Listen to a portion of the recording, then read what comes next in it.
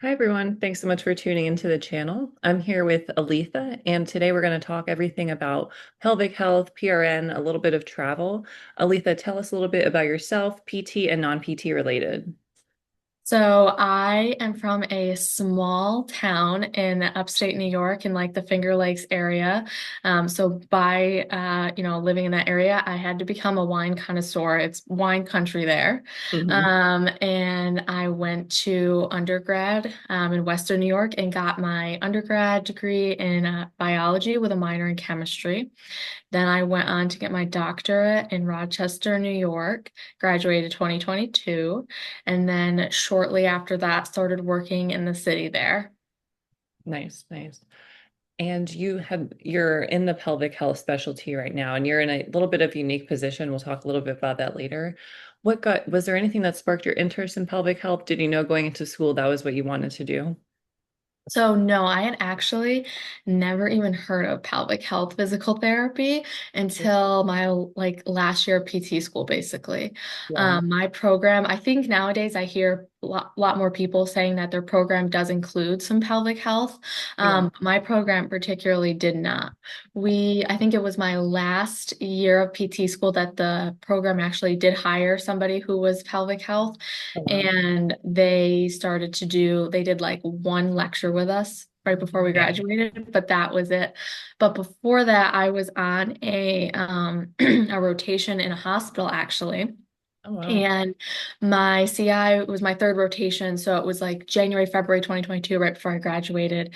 My CI was like, Aletha, you're doing great in the hospital. She goes, would you like to go and spend a day in our outpatient? And I was just, at the time, I was kind of like in my head, like, no, because like I already did an outpatient rotation. I know what outpatient looks like. And I Yeah. was just like, well, like, is there anything special there? She was like, well, actually, they have one side's ortho, one side's neuro, and they actually have a women's health PT there. And I was like, what's a women's health PT? Yeah.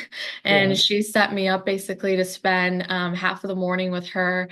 And after spending like 4 hours with her, I was sold on pelvic health PT. Wow. And from then, that point, I knew basically like I had to work in ortho essentially because most Mhm. pelvic health PTs are kind of like a branch off usually of an ortho clinic. Mhm. At least where I was practicing at the time, I wasn't aware of any clinics that specifically just had pelvic floor physical therapy. And so after that, I just knew that that was what I wanted to do. And so I just continued trying to learn as much as I could from that point. Yeah. I love that you had stayed flexible to it. Like the last clinical, was it kind of bittersweet that you found like what you were looking for? Because clinicals are about like keeping an open mind. So was there anything that stuck out to you afterwards, like how orthopedics tied to pelvic health? What was your experience with tying all that together? Yeah, so actually, my clinicals, I was in PT school during COVID. And Oh, so my first rotation actually got canceled because of COVID. And I did all of my rotations after finishing the didactic portion, which in my program, typically I would have completed my first clinical in between my first and second year of PT school. And so because of COVID, a lot of facilities were not accepting students. And so we had a smaller pool of choices to choose between that oh, were allowing students to come. And so unfortunately, I only got one ortho clinical. I did SNF as my second one and acute care, and then I did outpatient neuro. And so I did a wide variety of ones. And I mhm. knew that, in the beginning, I kind of knew I wanted to do ortho, but it wasn't until like literally 4 or 5 months where I was about to graduate that pelvic health kind of was like, this is what it is for me. And so that was, amazing to finally be like, I found what I want to do. Because sometimes it can be tough when you're about to graduate and like everyone else has kind of chosen their specialty or what they think is their specialty.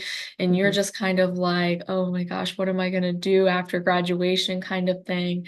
And Mhm. so it was such a surreal experience, to finally be content in that, you know, I know my place essentially of what I'm going to be doing after I'm done here. Yeah, that's awesome. It must have been like a relief to kind of figure all that out, tie it all at the end. Yes, definitely. When you started, like right after school, did you specifically go into pelvic health or did you go into maybe like a generalist and kind of go in different settings? Take us through your experience with that. Yeah, so I took my boards July 2022 and then passed and took like about a month or so off before I started working full time. At the time, the company that I was working at, they had a pelvic health PT there who initially, when I interviewed, it sounded like I was going to be getting mentorship and Mhm. that I was kind of going to be, have somebody else there to help guide me through starting off because it Yeah. is such a, specialty area that you do need a mentor. It's not like a total knee where I can just go to my Right. coworker and say, I'm plateauing with this patient. What are some ideas? If you Yeah. don't specialize in pelvic health, then you're not Yeah. going to have tips or tricks for your coworker who's asking. Yeah. So I was there for about 2 months when all of a sudden the PT who hired me, who was also the pelvic health PT, left the practice to start her own cash-based business. And Mm. so at that point, I didn't have anyone, and I hadn't taken the Herman and Wallace courses yet, which is what a lot of new grad or any therapist who's trying to get into pelvic health, that either the Herman and Wallace or APTA is the pathway they take. And I Mhm. hadn't taken anything yet. So I couldn't do internal exams yet. So the pelvic health referrals that were coming through, I was just doing external stuff at that point. It wasn't until about a little over a year after I started working that I took my first course, which I regret. I wish I would have did it sooner. But in that time, I thought I need to just get good at like doing ortho and managing this and just being a new grad, especially because I'd only did one ortho clinical. And so for Yeah. me, it was like I also just needed to get used to managing caseload and all Right. these different, diagnoses that I'm coming across and things like that.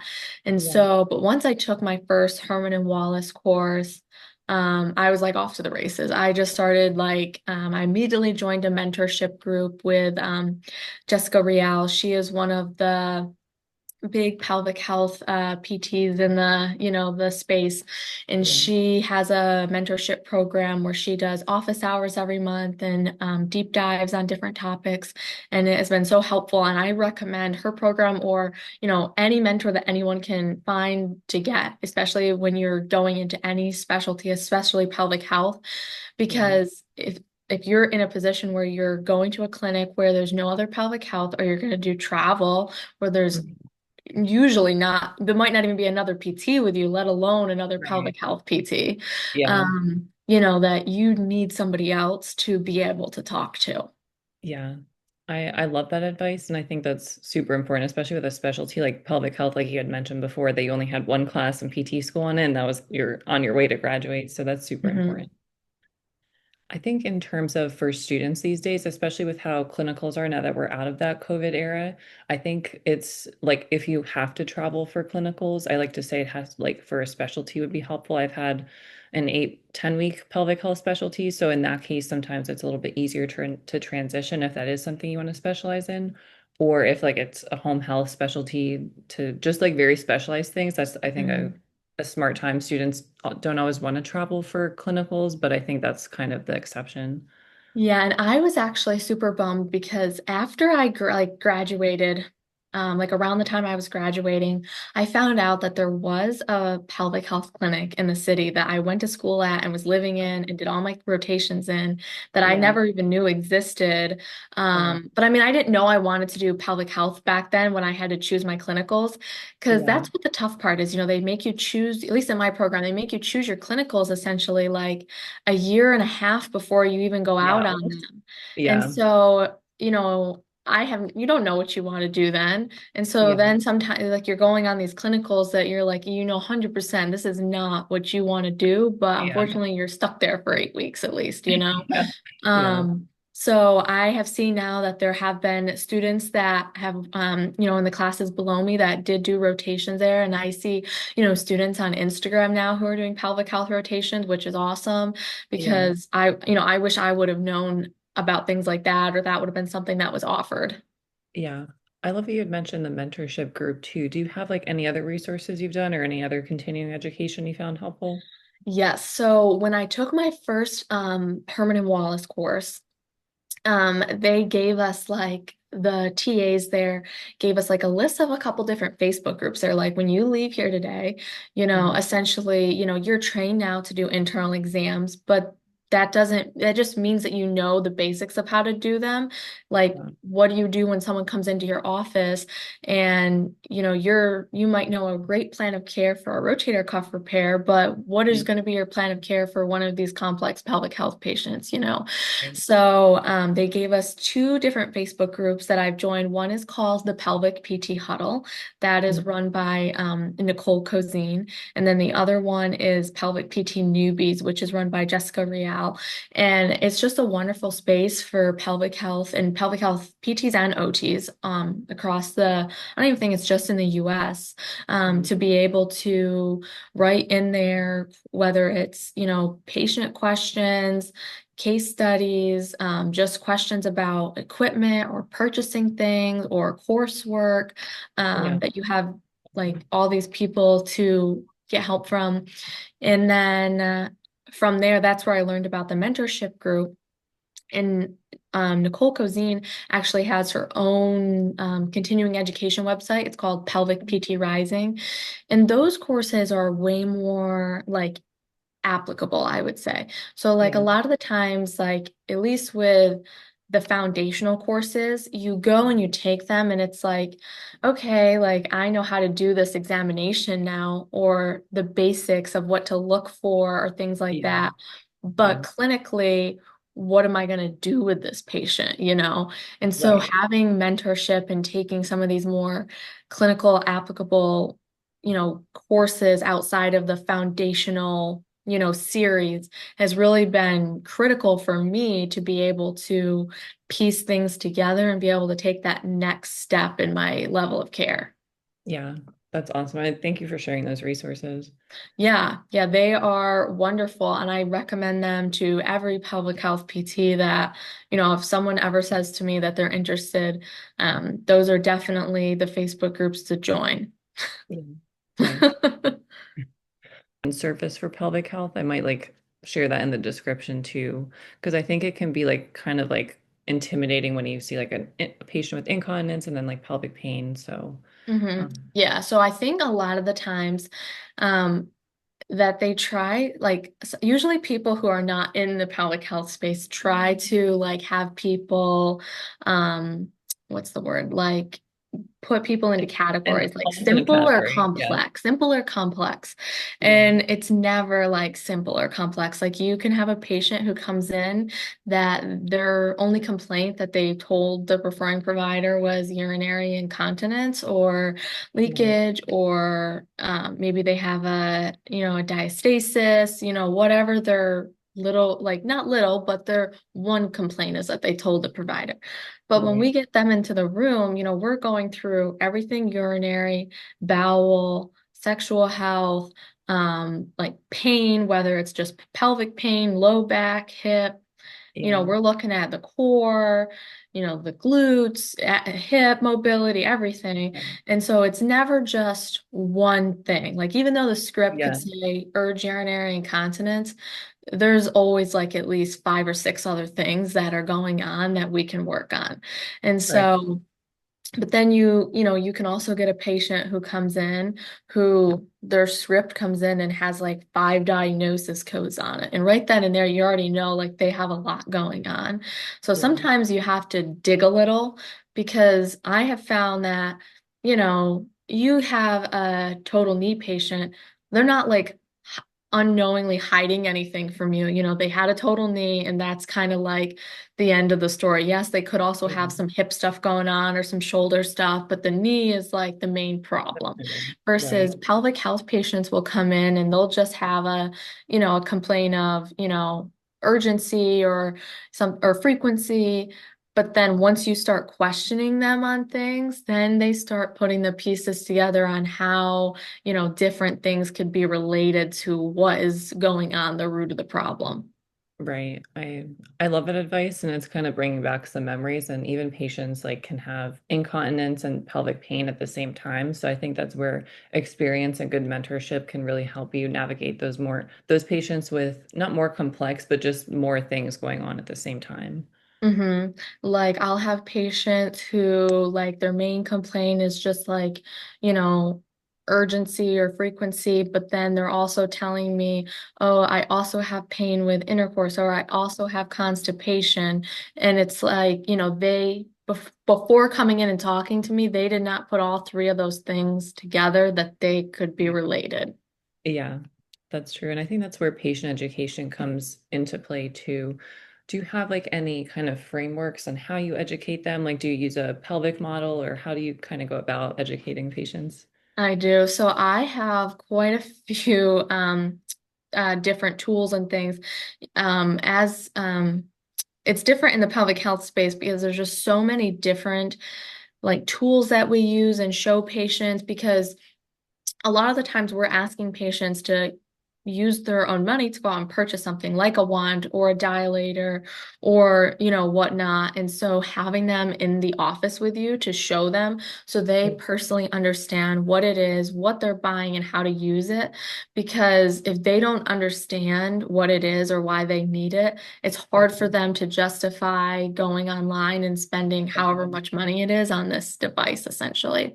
Yeah. So I have a pelvic model that I can detach different pieces from it to be able to show them things.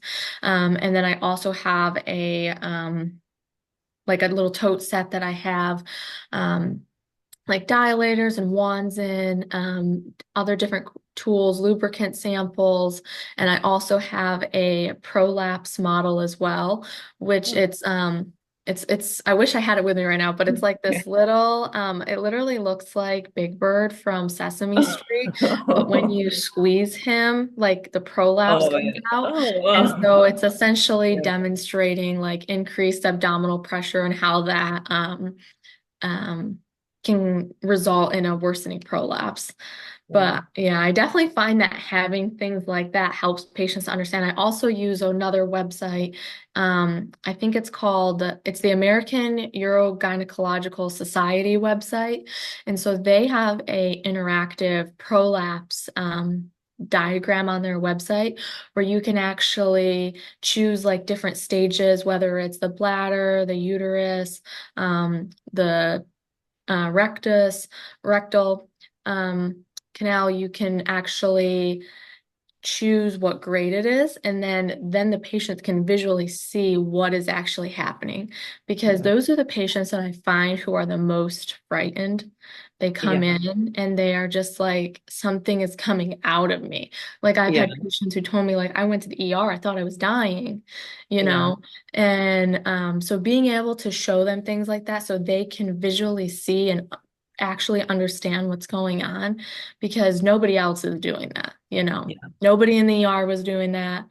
Right. Primary care is not doing that, Right. You're you the first know. person showing them that. So Mm-hmm. really important. Because you have to get their fear down, because Yeah. if they're just already like super nervous and upregulated and just, you know, Yeah. it's just making the situation worse. So you have to get them to um understand and to be able to also buy into what you're trying to teach them and how you can help them. Right. I really love that you mentioned that too.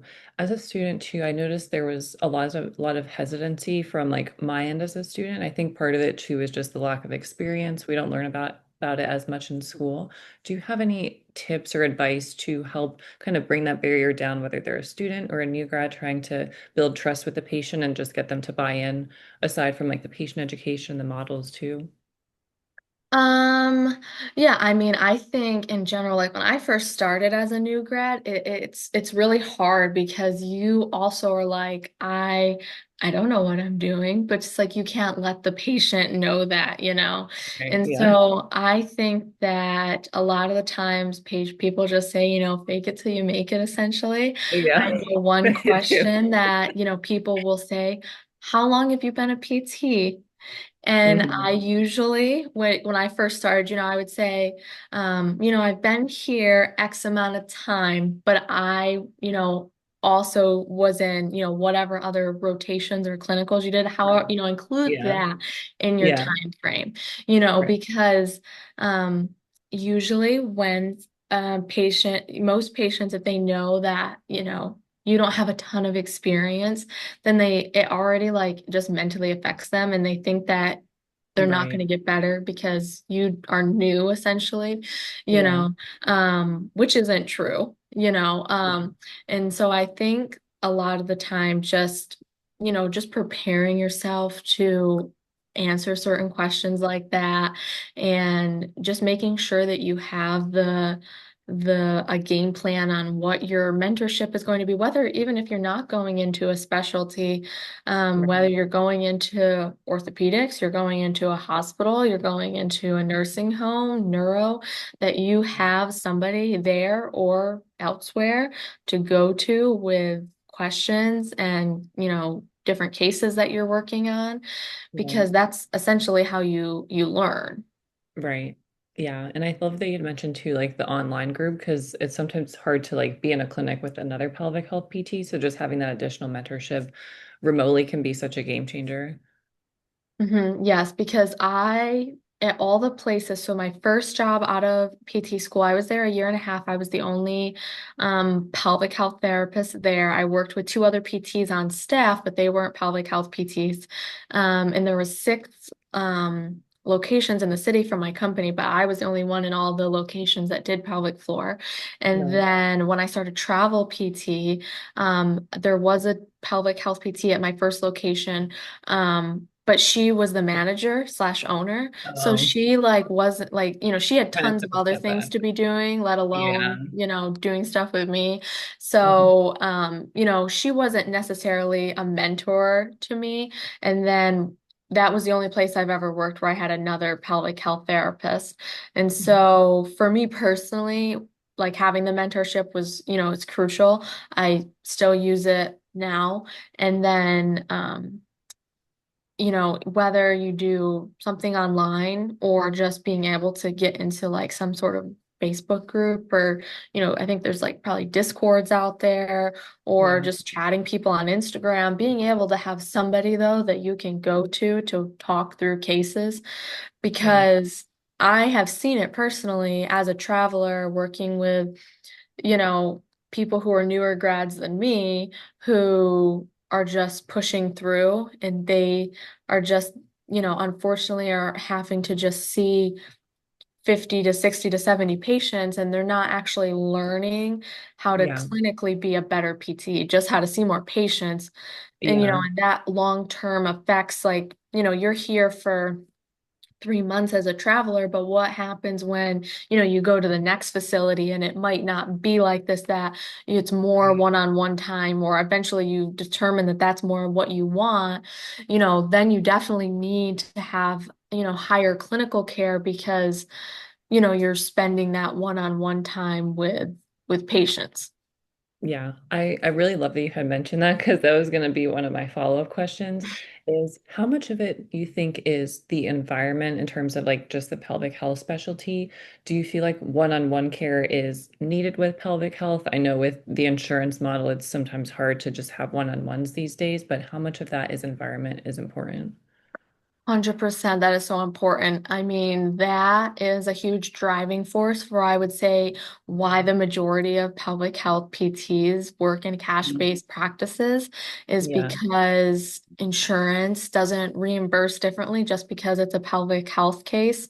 Right. And these patients need one-on-one care. You're Yeah. essentially in a room, doing a vaginal or rectal examination and, Mhm. you know, if you have another patient at the same time who's out in the gym and you have Mhm. the door closed, that's still your license. If something happens, you Yeah. can't just say, sorry, I was in another room with another patient, you Yeah. know? So, you know, especially if it's another patient who is a pelvic health patient, like if you're just strictly treating pelvic health and say Yeah. you're double booked on the hour or every half hour a new pelvic health patient comes in, to Hmm. have them, I mean, in my opinion, personally, to have them just go out in the gym while you bring the next patient into the room, it's like they could do that at home, you know what I mean? They don't Hmm. need, just to be in the gym by themselves doing some exercises while you're in Right. another room with another patient, essentially, you know? Yeah. So,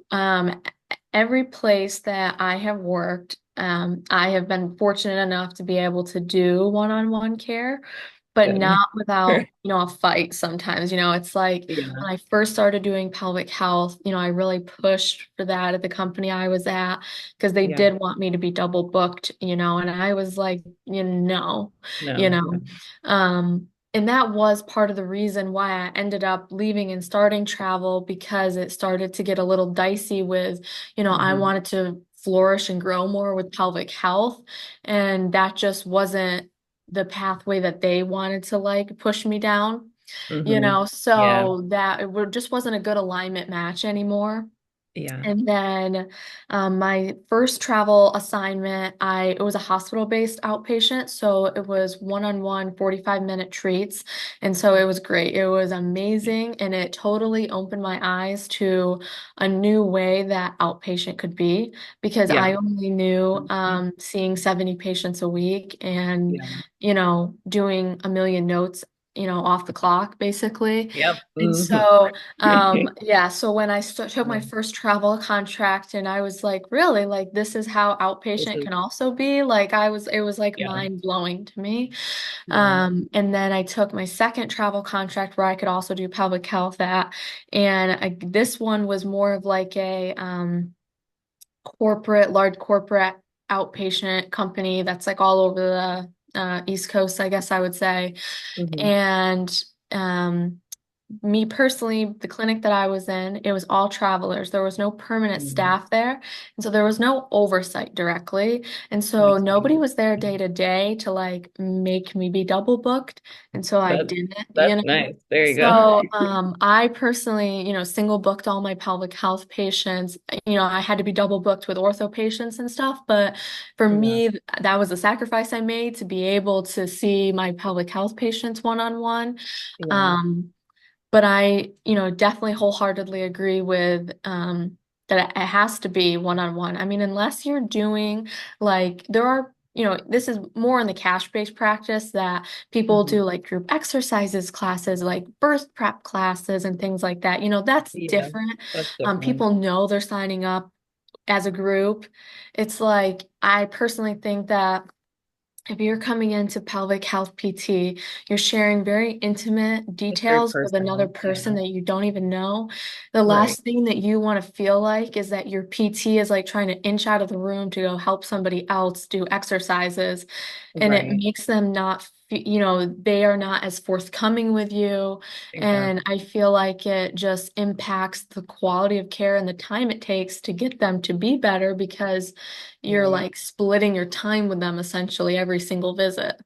Right. I love that you had mentioned all of that. And I think especially with that trust, like you had mentioned before, if you're double booked with pelvic health patients, you don't want them in the gym, like sharing that personal information. They're less likely to do that. But then you're torn between like two patients, and it's really almost impossible to Mhm. do that at the same time.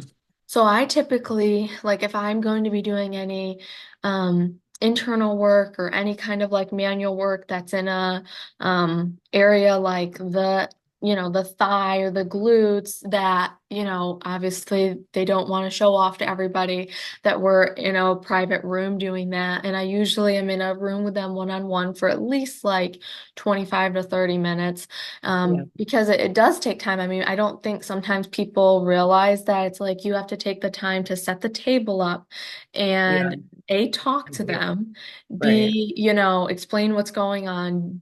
you leave the room, step out for them to change, get on the table, put the Right. covers over, and then go into the room, do your treatment, and then Yeah. be, and then you have to leave the room so they can get dressed and everything. So that's like a Yeah. whole bulk of time just doing all that before now we're even coming out into the gym to do any other, like, if we're going to do any like exercise, stretching based, stuff like that. And Yeah. so that's truly why I, believe that you have to have like at least a 60-minute treatment time with them, Yeah. because just doing all of that, that was like 30 to 35 minutes alone. Just Right. of that. I mean, especially if you have someone who is a complex patient who has a lot of stuff going on, you Yeah. could be talking with them for like 15 minutes before you even get on the table and do anything. Right. Because a lot of the time, I would say for a good majority of these patients who are especially in a lot of pain or dealing with something very complex, they feel like you're the only person that they can talk to, Yeah. and they're really sharing very intimate details with you about what's going on with them right now. Right. Yeah. That's really good advice. And I think I love that you mentioned too that being in the travel world, like being in those different settings and environments opened your mind. Because when you're in corporate PT, if it's not like giving you the career that you want, like you have so many options. And I think I wish I heard that as a new grad, and I wish other students heard is like to have autonomy over the schedule. That's something that's super important, like you had mentioned before too. If they're a clinic where if you have to like if you have to double book patients and you need to do single booking just for pelvic health patients, you might have to triple book just to sacrifice for the pelvic health. But that's why I think honestly with these corporate clinics, it's only sustainable to travel because I don't Mhm. know how many people are strong enough to do that in, I year out. know. I have met so many PTs over the past like 2 years who have been in the same clinic for like 10 plus years, if not more. Wow. And they just have, and I seriously, I have no idea how some of these people do it. Yeah. I look at some of like, right, especially now doing PRN work. So I personally see what a lot of these PTs schedules normally look like. Mhm. And that's, I couldn't do that. It's like, it's kind of crazy. I am super, especially because I want to eventually have a cash-based practice. So I've done a ton of research into, all that stuff. And so typically in the cash-based world, if you're a solo practitioner, like it's just you, it's your practice, full time is seeing like 20 to 25 patients a week, Yeah. because each hour of patient care is like an hour of some kind of admin thing that you have to be doing. Hmm. And if you are just a practitioner at somebody else's cash-based practice, if you think about it, 40 hours a week, you're basically, you probably are seeing less than 40 patients a week full time, you Right. know, usually like maybe like 30 patients a week full time. And to somebody who has only ever worked in like corporate PT outpatient who is seeing 55 to 75 patients a week, that Yeah. is like unfathomable, unimaginable to them. Right. Um, that is something that is, needed. I think sometimes I think it just depends on what your specialty is. If you're just Exactly. straight ortho and you don't really specialize in anything, then I think that sometimes that to them, they don't see why you may need one-on-one care. Yeah. But I think if you do pelvic health, vestibular, you specialize in treating like higher level athletes, Yeah. neuro fall balance patients, like those are Right. things that you really should be one-on-one treating them. And Yeah. it just overall, I mean, I know personally from experience when I was at a practice where I was regularly seeing 70 plus patients a week, it Wow. was such a burnout. Like mentally, I was like, I literally was like, I don't even know how I'm going to be a PT for the rest of my life. I was only Yeah. 1 year out of school and I was like, this is horrible. What did I Yeah. get myself into, basically? I think that's the reality for a lot of new grads because those companies tend to pay like more. But I think for new grads, if you can just keep the end goal in mind, if you can work at a company where you have like that support that you need and you eventually want to have your own thing, just like building that sacrifice in the first couple of years, whether it's travel or it's investing in mentorship and being in like a private practice, just putting yourself in the right environment so that you can thrive down the road. Like the extra five, even maybe $10,000 a year might look nice on paper, but then if it kind of sends you down the path, realistically, you might not even have like the energy or the drive to want to have your own thing if like that's kind of how you start your career, which I know is hard to hear for a lot of new grads, and I wouldn't have liked to hear that, but I think that's something I wish I would have heard. Yeah. I wish when I graduated, I wish I understood and knew more about the different types of outpatient and what the like and how they paid versus what I was actually signing on for. Yeah. Because when I graduated, to be honest, and after I paid all that money to take my boards, all I cared about was like getting my first paycheck essentially. Yeah. Because it was like I'm running out of money because I've been out of school now and I paid all this money for my boards and I haven't been working because I've been studying. And Right. now it's like it's time to, make some money. And my first job essentially was the pay per visit model. I'm not sure if you're familiar with that. Kind of. Yeah. But so essentially, it was like you have a base salary, and this is how much money you are guaranteed to make no matter what. But then every patient you see after 55 is Mm. like an extra like 20 to $40 in your paycheck or something like that. Oh, And yeah. so for some people, this was super motivational. Like I know for a fact that there were some clinicians at my practice seeing like 100 patients a week. Oh my God. And yeah. Was that like 40 a day? Yeah. So I don't know how some of these people did it, and I think even to be seeing 70 patients regularly, Yeah, you that's have to be living a certain lifestyle where somebody else is managing the home stuff outside mm, that not you, like um I personally didn't have at the time like I didn't live with anyone. I was single, I lived alone, and I didn't have like if I didn't do laundry, it wasn't getting done. If I didn't do the dishes, it wasn't getting done. And so yeah, it's like every extra patient that I was taking on and more notes I had to do, that was yeah, less and less time that I had for me to personally do like just everyday things I needed to get done, let alone like other hobbies that I wanted to do. And yeah, so, the in the pay per visit model, it just, I didn't really understand at the time. I was just like, oh yeah, like if I see more patients, I get more money, it doesn't sound so bad.